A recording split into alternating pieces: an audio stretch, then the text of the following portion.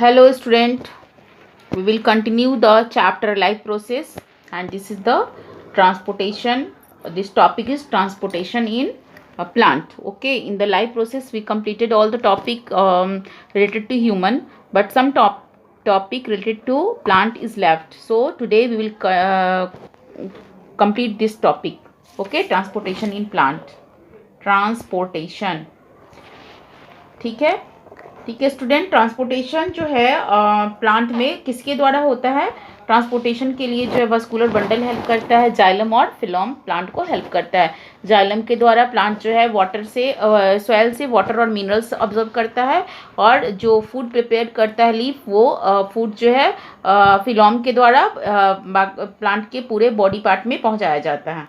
ठीक है, बट ये जो जाइलम फिलोम के द्वारा के अलावा जो है डिफ्यूज़न भी हेल्प करता है प्लांट को ट्रांसपोर्टेशन में स्टूडेंट।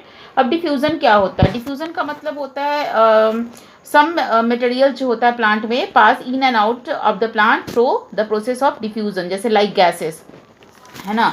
तो डिफ्यूज़न आपको पता है, डिफ्यूज़न हम पढ़े भी हैं। डिफ्यूज़न किसका होता है स्टूडेंट? गैसेस का होता है। ठीक है, गैसेस का डिफ्यूज़न होता है। और किसके थ्रू होता है स्टूडेंट? स्टोमाटा के थ्रू, स्टोमाटा के, और लेंटी सेल के थ्रू होता है, लेंटी सेल के थ्रू होता है। ठीक है स्टूडेंट।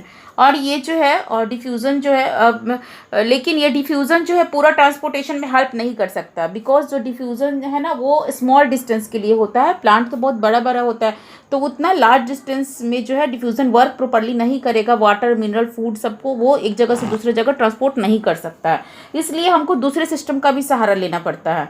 ठीक है, तो डे टाइम के समय प्लांट जो भी फोटोसिंथेसिस करता है और उस समय जो भी CO2 O2 रिलीज होता है, and that CO2 and O2 release is exchange by the process of diffusion.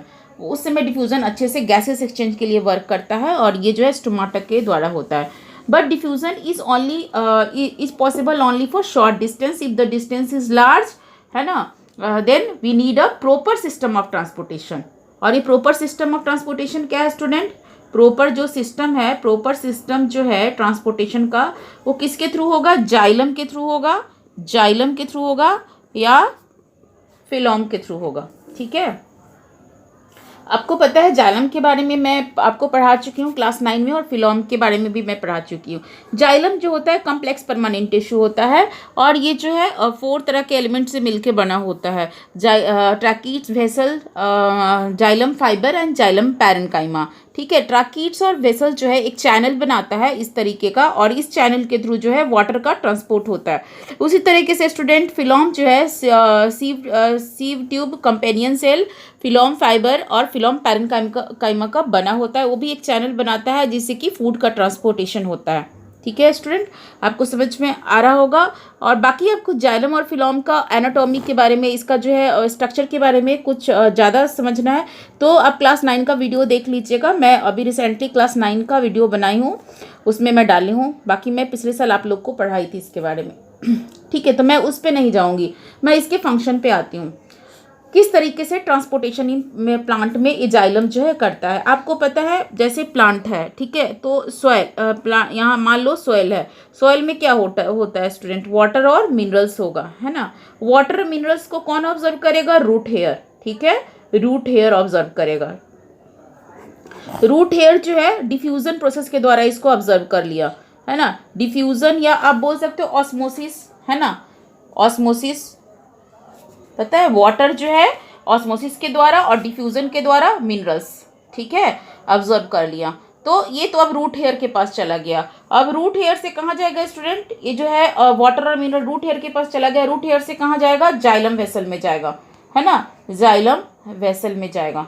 ठीक है, यहाँ से कहाँ जाएगा? ये जाइलम वेसल के बाद जाएगा जाइलम ऑफ स्टेम, स्टेम में जाएगा। ठीक है, स्टेम के जाइलम में जाएगा, जाइलम ऑफ स्टेम। ठीक है, यहाँ से कहाँ जाएगा? लीफ में जाएगा, ये लीफ वेन में जाएगा। ठीक है, क्योंकि इसका ज़रूरत कहाँ था? लीफ के पास था, तो लीफ वेन में जाएगा। तो आप देख रहे हो यहाँ जो है डिफ्यूज़न थोड़ी दूर के लिए हेल्प करता है, बाकी पूरा में डिफ्यूज़न हेल्प नहीं करता है। एक चीज़ आपके दिमाग में आ रहा होगा कि पानी जो है, वाटर जो है ऊपर से नीचे आना तो बहुत आसान है, ग्रेविटेशनल पुल की वजह से ग्रेविटेशनल फोर्स उसको नीचे की तरफ खींच लेगा। बट यहाँ आप देख रहे हो उल्टा जा रहा है, वाटर नीचे से जो है, कोई मोटर सिस्टम तो लगा नहीं है, फिर भी वाटर नीचे से ऊपर की तरफ जा रहा है। कैसे जा रहा है? ये कोई मैजिक तो है नहीं। तो इसके पीछे क्या लॉजिक है, क्या साइंस है, हम उसको देखते हैं। Continuous system of conducting channel from near the root tip to leaves. तो ये जो है continuous system of conducting channel, तो ये चैनल क्या है स्टूडेंट? यही चैनल जो आपका ये है जाइलम का ये चैनल है, ठीक है। इस तरीके से ये जाइलम का जो चैनल होता है ऐसे बना होता है और ये लीफ तक पूरा होता है।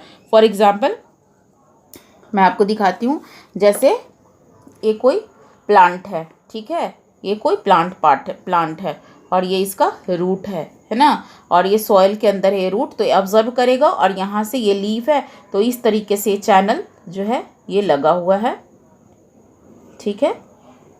ये जाइलम है, जाइलम का चैनल है और पूरा रूट तक ये ऐसे करके स्टूडेंट जा रहा है, ठीक है। तो यहाँ से जैसे ही वाटर ऑब्जर्व करता है ये ऊपर की तरफ जाता है। अब हमें ये समझना है, ये मैकेनिज्म समझना है कि ऊपर की तरफ जाता कैसे है, ठीक है। तो जैसे ही ये मिनरल को ऑब्जर्व करेगा, कौन ऑब्जर्व करेगा? रूट हेयर स्टूडेंट जैसे ही मिनरल को ऑब्जर्व करता है तो क्या होता है, रूट के अंदर में यहाँ पे मिनरल का क्वांटिटी ज़्यादा हो जाता है और वाटर का क्वांटिटी क्या होता है? कम हो जाता है। आप अच्छे से समझना, जैसे ही रूट हेयर मिनरल को ऑब्जर्व करेगा तो यहाँ मिनरल का क्वांटिटी ज़्यादा हो जाता है और यहाँ सॉइल के अंदर मिनरल का क्वांटिटी कम हो जाता है, तो और वाटर का क्वांटिटी बढ़ जाता है, ठीक है। तो इधर वाटर का कंसंट्रेशन हाई हो गया और इधर वाटर का कंसंट्रेशन लो हो गया। आपको पता है वाटर जो है हाई कंसंट्रेशन से लो कंसंट्रेशन की तरफ फ्लो करता है, तो वाटर क्या करेगा? इधर से इधर की तरफ फ्लो करके हाई कंसंट्रेशन से लो कंसंट्रेशन की तरफ जाएगा। ये जो ऑब्जर्व किया था स्टूडेंट, मिनरल जो ऑब्जर्व किया था रूट हेयर, ये एक्टिव ऑब्जर्वेशन था, ठीक है, एक्टिव प्रोसेस था। इसमें एटीपी खर्च करता है, पहले एटीपी खर्च करता है और उसके बाद एटीपी खर्च करके ये मिनरल को ऑब्जर्व करता है, ठीक है। जैसे ही ये मिनरल को ऑब्जर्व किया, इधर मिनरल का कंसंट्रेशन ज़्यादा हो गया और इधर कम हो गया और इधर वाटर का कंसंट्रेशन कम हो गया। इधर जैसे ही वाटर का कंसंट्रेशन कम होता है, वाटर इधर से इधर की तरफ फ्लो करके चला जाएगा, हाई से लो, ठीक है, by the process of osmosis. अब स्टूडेंट वाटर यहाँ तक आ गया है ना, वाटर जो है यहाँ से यहाँ फ्लो करके चला गया। This causes higher concentration of, उसके बाद जो क्या है, ऑब्जर्वेशन ऑफ, जब वाटर यहाँ हो जाएगा उसके बाद देखो क्या होता है, concentration of water decreases, the concentration of water decreases,